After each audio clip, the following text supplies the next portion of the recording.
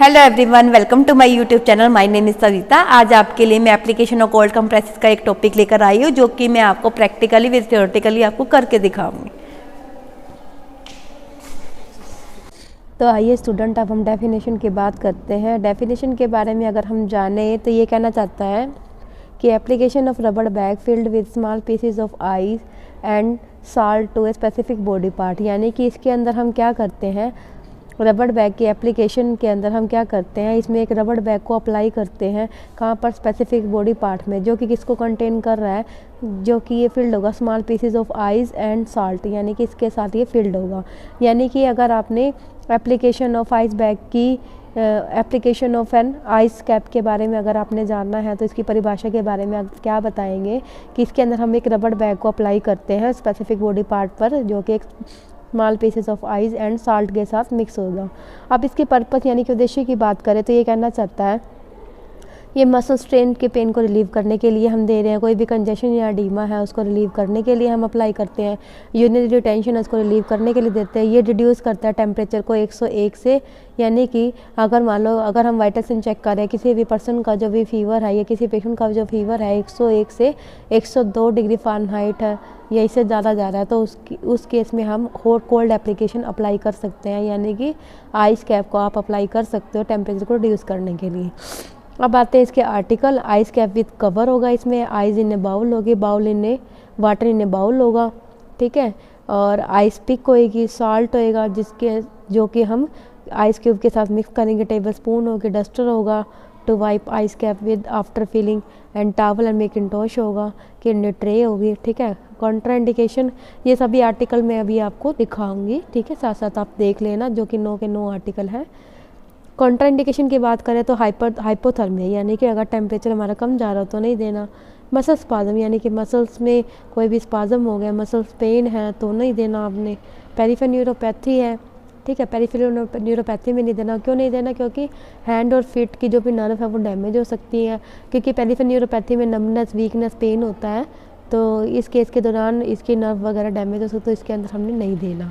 अब हम बात करते हैं आर्टिकल की। अगर हम आर्टिकल की बात करें तो हमारे पास सबसे पहले क्या क्या आर्टिकल होने चाहिए, जैसे कि मैंने आपको बताया था ए ट्रे कंटेनिंग विद, यानी कि एक ट्रे है, किसके साथ है, सबसे पहले इसमें क्या है, मेरे पास आइस कैप है, नेक्स्ट मेरे पास टॉवल है, नेक्स्ट मेरे पास मैकिंटोश यानी कि जिसको हम लिनन बोलते हैं ये है, उसके अलावा मेरे पास किडनी ट्रे है, ठीक है, और आइस, एक बाउल में आइस है मेरे पास, और साथ में एक बाउल में हमारे पास वाटर है, और ये आइस पैक बनाने के लिए मैंने एक पॉली बैग लिया है, ठीक है, नहीं तो बने बनाए भी पैक आते हैं आइस पैक।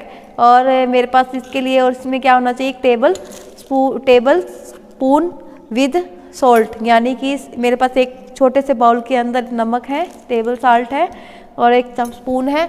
इसके अलावा मैंने एक बैंडेज लिया जिसके मैं गोज पीस आपको बनाकर दिखा देती हूँ कि अगर हमारे पास सपोज करो कोई सूती कपड़ा नहीं है, अगर घर में करनी है तो आप सूती कपड़े का भी यूज़ कर सकते हो, नहीं अगर हॉस्पिटल में कर रहे हो या वैसे कर रहे हो स्टूडेंट आप लोग, तो एक गोज पीस का यूज़ कर सकते हो। जो गोज पीस है इसके लिए आपको बनाने के लिए हम इसमें बीच में कॉटन का यूज़ नहीं करेंगे। आप सिंपली बैंडेज को रोल करके इसका एक जो गोज पीस है ये आप तैयार कर सकते हो, जो कि मैंने ऐसे सिंपली किया है, ठीक है। तो ये जो गोज पीस का यूज़ है हम कोल्ड कंप्रेसेस में करते हैं। और इसके अलावा ये मेरे पास कोल्ड पैक है, ठीक है, ये जो अभी मैंने आपको दिखाया कोल्ड पैक का मतलब कि जो आइस बैग अभी मैंने आपको दिखाया था वो है, और ये मार्केट में बने बनाए अवेलेबल भी होते हैं आइस पैक, नहीं तो आप इसको घर पे भी बना सकते हो, जो अभी मैं आपको करके दिखाऊंगी प्रोसीजर के दौरान। तो आइए स्टूडेंट हम प्रोसीजर की बात करते हैं। अब स्टूडेंट प्रोसीजर स्टार्ट करने से पहले सबसे पहले आपको आइस कैप को प्रिपेयर करना है, और आइस पैक वो है, मैं अभी आपको बता रही हूँ कि आइस पैक को आप कैसे तैयार करोगे। देखो ये हमारे पास क्या है, आइस बैग है, तो जो भी मैंने आइस ली इसके अंदर मैं जो भी टेबल स्पून से टेबल साल्ट जो सा है मैं इसको मिक्स कर रही हूँ बर्फ़ के अंदर, ठीक है, हमारी आइस के अंदर। इसको मिक्स करने के बाद इसको मैं स्पून से मतलब कि इसका जो 1/3 है मैं इसको आइस कैप के अंदर इसको फिल कर लूँगी हमारे आइस बैग को, ठीक है। इसको 1/3 फिल करने के बाद ही हम क्या देंगे, आइस कोल्ड कंप्रेसेस देंगे, यानी कि जो भी हम पेशेंट पर हम अप्लाई करेंगे। और इसके अलावा मैंने आपको बताया था, ठीक है, ये 1/3 आपने फिल कर लेना है। 1/3 फिल करने के बाद आपने क्या करना है, इसको स्क्रू को टाइटली बंद कर देना है, ठीक है। इसके अलावा मैं आपको कोल्ड पैक, आपको अगर मार्केट से अवेलेबल नहीं है आप तैयार भी कर सकते हो घर में। कैसे करोगे, जैसे कि मैंने आप ये छोटा सा पॉली बैग लिया है, इसमें मैं आइस फिल करूँगी। और ये जो मैंने इसमें 1/3 फिल करना था, ये मैंने अभी हाफ फिल किया क्योंकि मैं आपको अभी सिर्फ डेमो दे रही हूँ। जब भी आप प्रैक्टिकली आप इसको करोगे तो 1/3 आपने फिल करना है। अब और वैसे अगर आपने आइस पैक बनाना हो तो आप बर्फ़ को तोड़ के एक छोटे से पॉली बैग के अंदर आप मिक्स कर सकते हो। मिक्स करने के साथ साथ आपने क्या करना है, ये आइस इसमें डाल ली है, ठीक है, सोल्ट के साथ। तो इसको थोड़ा सा रैप करके ये एक सूती कपड़ा या टॉवल लेके आप इसका ये हमारा जो आइस पैक है ये हमारा तैयार हो चुका है, ठीक है। अगर आप, ज़रूरी नहीं है इसका साइज़ आप छोटा भी ले सकते हो, ठीक है। तो आप जो आइस पैक बनाना जा रहे हो तो ये कवर के अंदर होना चाहिए और ऊपर टॉवल होना चाहिए, नहीं तो आप सूती कपड़ा भी ले सकते हो। ये भी आपका एक क्या है, आइस पैक है। और ये हमारा आइस बैग है विद आइस के साथ। इसके अलावा हम इसमें टैपेड स्पंज के अंदर जो मैंने आपको गोज बना के दिखाया था ट्रे के अंदर, वो हम जो हमारा जो भी हमारा ठंडा पानी है जो हमारे बाउल के अंदर है, इसके अंदर हम मैं डिप करके पेशेंट को कोल्ड कंप्रेसेस अप्लाई करवा सकती हूँ, ठीक है।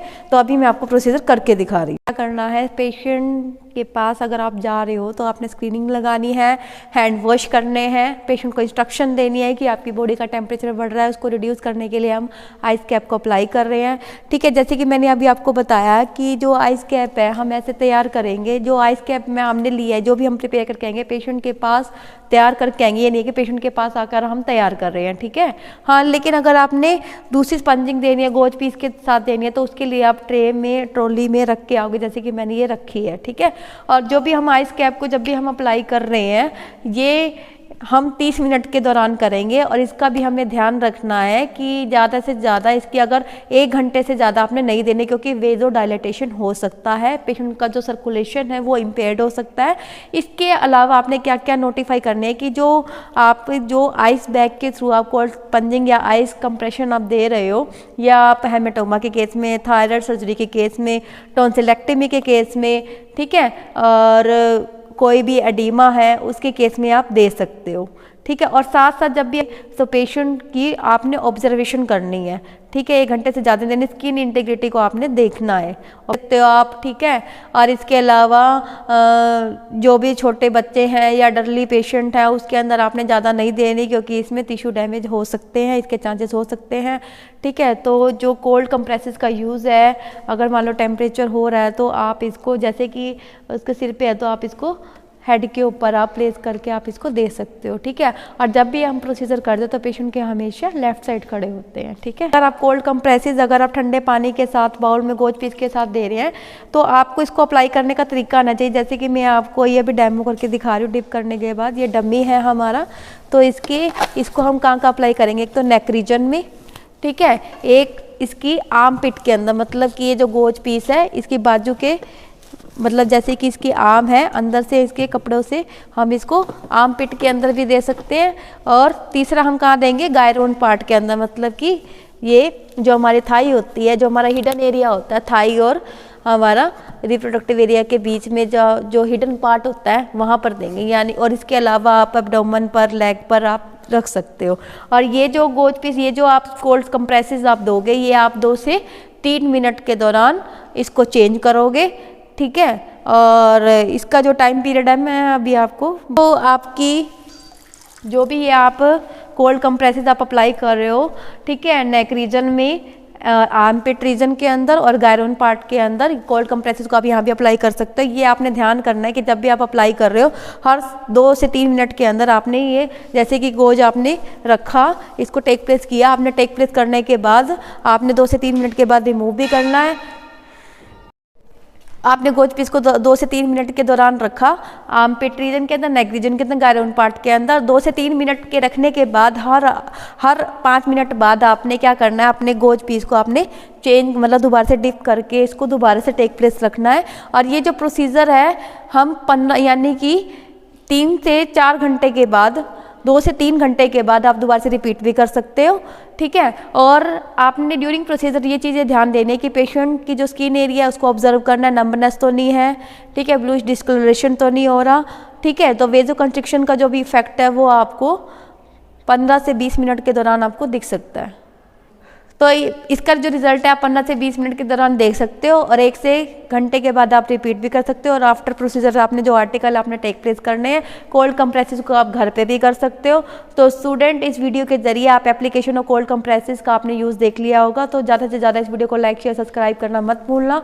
और आने वाली वीडियो के अंदर मैं बहुत सारे प्रैक्टिकल प्रोसीजर सबसे पहले इस चैनल पर लाने वाली हूँ, जो कि यूट्यूब के अंदर जो भी मेरा YouTube चैनल है या जितने भी मैंने चैनल देखे हैं उसके अंदर हिंदी के अंदर जो भी एएनएम जीएनएम स्टूडेंट के लिए जो भी प्रैक्टिकल प्रोसीजर है बहुत ही कम है। तो स्टूडेंट, मैं आपके लिए ये जो सरप्राइज गिफ्ट है ये आपके लिए लाने वाली हूँ। सारे जो भी प्रैक्टिकल प्रोसीजर है आपको सारे सब कुछ लाइव डमी पर आपको करके दिखाऊंगी, ठीक है। तो थैंक यू।